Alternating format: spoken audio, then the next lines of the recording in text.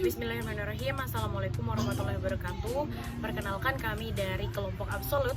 Di sini kami akan mempresentasikan hasil kerja kelompok kami, yang dimana kami menganalisis putusan terkait tindak pidana permasalahan perbankan. Dan sebelum kita memulai presentasi, langkah baiknya kami memperkenalkan diri dulu. Yang pertama, saya Serliana Amelia. Saya Rohmatul Aulia. Saya Siti Fadila Rohali. Saya Rizka Yaminati. Saya Sabrina Syarmansyah. Baik, di sini ada beberapa identifikasi yang akan kami jelaskan. Yang pertama itu ada para pihak, terus ada kasus posisinya juga, dan tuntutan atau pasal dan alasannya, serta pertimbangan hukum dan putusannya. Di sini saya akan membacakan para pihak yang terlibat dalam kasus perbankan ini. Yang pertama ada terdakwa. Terdakwa ada Emmanuel Ardi Kristianto. Yang kedua para saksi. Saksi pertama ada Nur Inayah, nasabah Maybank. Saksi kedua Maria Kristina, supervisor Maybank. Saksi ketiga Megariawati Naibaho, teller di Maybank.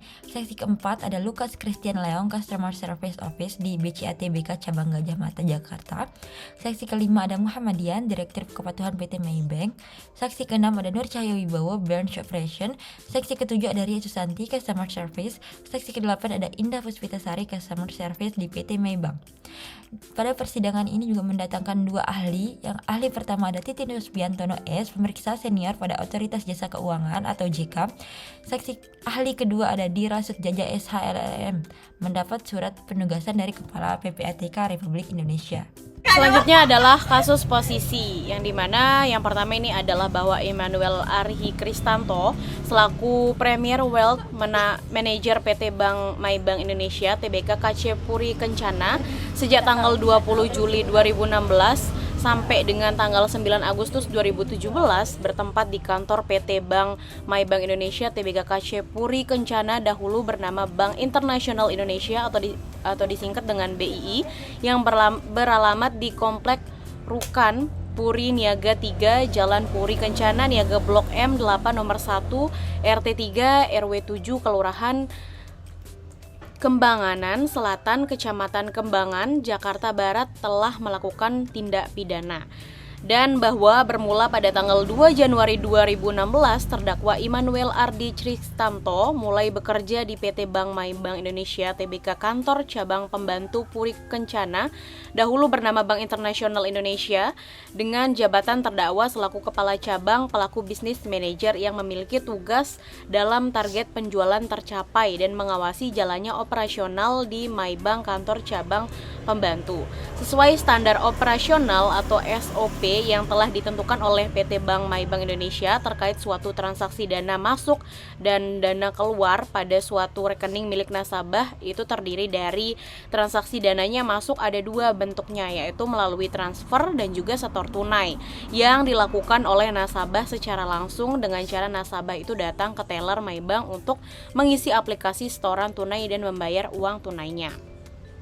Dan adapun terkait transaksi dana keluar yang dilakukan oleh nasabah melalui tarik tunai dan transfer dengan cara nasabah itu datang ke PT Bank Maybank lalu mengisi aplikasi tarik tunai maupun transfer, dan setelah itu supervisor memastikan transaksi atas permintaan nasabah melalui telepon, maka aplikasi transfer atau pemindah bukuan tersebut oleh supervisioner diserahkan kembali kepada petugas tellernya.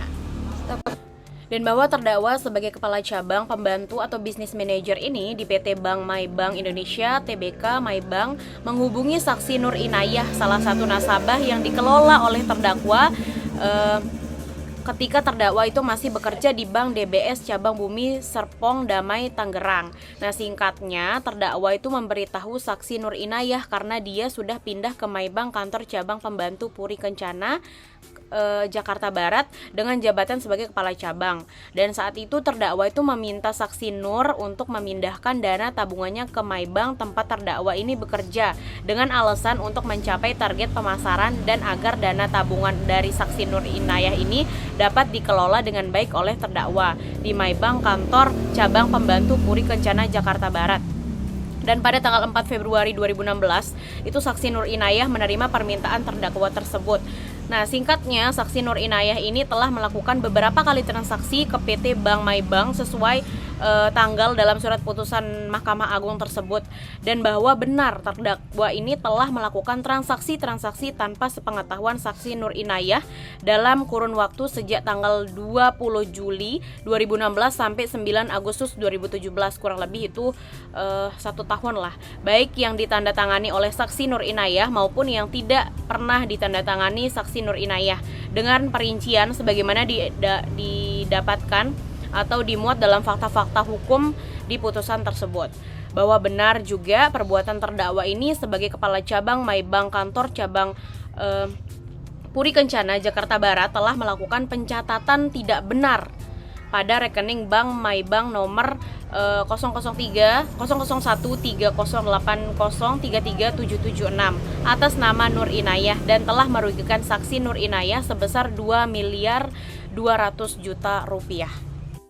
Kali ini saya akan menyampaikan isi tuntutan, yang dimana isi tuntutannya yaitu menyatakan terdakwa Emmanuel Ardi Kristianto terbukti secara sah dan meyakinkan bersalah melakukan tindak pidana anggota Dewan Komisaris, direksi atau pegawai bank yang dengan sengaja membuat atau menyebabkan adanya pencatatan palsu dalam pembukuan atau dalam proses laporan maupun dalam dokumen atau laporan kegiatan usaha, laporan transaksi atau rekening suatu bank, sebagaimana diatur dan diancam pidana pasal 49 ayat 1 huruf A Undang-Undang Republik Indonesia Nomor 10 Tahun 1998 tentang perubahan atas Undang-Undang Republik Indonesia Nomor 7 Tahun 1991 tentang perbankan dalam dakwaan pertama dan terbukti secara sah dan meyakinkan bersalah melakukan perbuatan pidana, menempatkan, mentransfer, mengalihkan, membelanjakan, membayarkan, menghibahkan, menitipkan, membawa ke luar negeri, mengubah bentuk, menukarkan dengan mata uang atau surat berharga atau perbuatan lain atas harta kekayaan yang diketahuinya atau patut diduganya merupakan hasil tindak pidana sebagaimana dimaksud dalam pasal 2 ayat 1 dengan tujuan menyembunyikan atau menyamarkan asal usul harta kekayaan sebagaimana diatur dan diancam dalam pasal 3 junto pasal 2 ayat 1 huruf G Undang-Undang Republik Indonesia Nomor 8 Tahun 2010 tentang pencegahan dan pemberantasan tindak pidana pencucian uang, Undang-Undang RI Nomor 8 Tahun 2010 tentang pencegahan dan pemberantasan tindak pidana pencucian uang dalam dakwaan ketiga. Selanjutnya pertimbangan, menimbang bahwa berdasarkan hal-hal yang telah dipertimbangkan tersebut di atas, maka menurut pendapat majelis hakim unsur kedua menempatkan, mentransfer, mengalihkan, membayarkan atas harta kekayaan yang diketahuinya atau patut diduganya merupakan hasil tindak pidana sebagaimana dimaksud dalam pasal 2 ayat 1 dengan tujuan menyembunyikan atau menyamarkan asal-usul harta kekayaan ini telah terpenuhi ada pada perbuatan terdakwa Emmanuel Ardi Kristianto. Menimbang bahwa selanjutnya oleh karena semua unsur pasal 3 junto pasal 2 ayat 1 huruf G Undang-Undang Republik Indonesia Nomor 8 Tahun 2010 tentang pencegahan dan pemberantasan tindak pidana pencucian uang, dakwaan ketiga penuntut umum tersebut di atas telah terpenuhi ada pada perbuatan terdakwa. Maka menurut pendapat majelis hakim terdakwa telah terbukti secara sah dan meyakinkan melakukan tindak pidana, menempatkan, mentransfer, mengalihkan, membayarkan atas harta kekayaan yang diketahuinya atau patut diduganya merupakan hasil tindak pidana sebagaimana dimaksud dalam pasal 2 ayat 1 dengan tujuan menyembunyikan atau menyamarkan asal-usul harta kekayaan. Menimbang bahwa selanjutnya oleh karena terdakwa telah terbukti secara sah dan meyakinkan melakukan tindak pidana sebagaimana dalam dakwaan pertama dan dakwaan ketiga penuntut umum tersebut di atas, maka majelis hakim akan mempertimbangkan apakah terdakwa dapat atau tidak dipertanggungjawabkan dari pertanggungjawaban pidananya. Menimbang bahwa selama majelis hakim melakukan pemeriksaan terhadap terdakwa di persidangan, ternyata majelis hakim tidak menemukan hal-hal yang dapat dijadikan dasar atau alasan untuk menghapuskan atau membebaskan kesalahan terdakwa dari pertanggungjawaban pidananya, baik itu alasan pemaaf maupun alasan pembenar, dan oleh karena itu terdakwa harus dijatuhi pidana sesuai dengan perbuatannya. Menimbang bahwa selanjutnya sebelum majelis hakim menjatuhkan pidana kepada terdakwa, terlebih dahulu akan dipertimbangkan keadaan yang memberatkan dan meringankan terdakwa. Menimbang bahwa selanjutnya mengenai barang-barang bukti terlampir dalam kode P1 sampai P16 yang kami tampilkan dalam slide.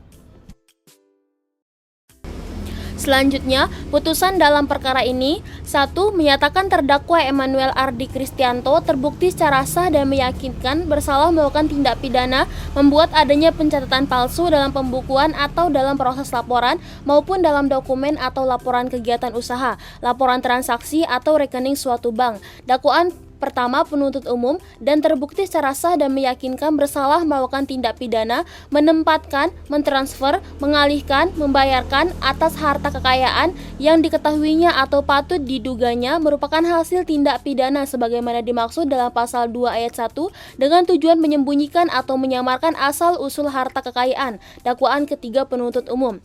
2. Menjatuhkan pidana kepada terdakwa Emmanuel Ardi Kristianto oleh karena itu dengan pidana penjara selama 6 tahun dan menjatuhkan pidana denda kepada terdakwa Emmanuel Ardi Kristianto sejumlah 10 miliar rupiah dengan ketentuan apabila pidana denda tersebut tidak dibayar, terdakwa diganti dengan pidana kurungan selama 3 bulan. 3. Menetapkan agar terdakwa tetap berada dalam tahanan. 4. Menetapkan barang-barang bukti berupa kode P1 sampai P16. 5. Membebankan biaya perkara kepada terdakwa sejumlah Rp5.000.